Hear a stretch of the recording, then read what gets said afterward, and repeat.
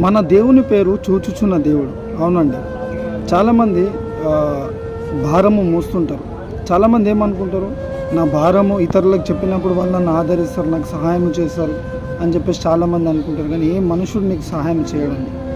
దేవుడు అంటున్నాడు, నీ భారము, మనం ఒక మాట అనాలి, నా భారము యెహోవా మీద మోపుచున్నాను, ఆయన నన్ను ఆదుకున్నాను. అవునండి, యేసు ప్రభు ఒక్కడే నిన్ను ఆదుకుంటాడు.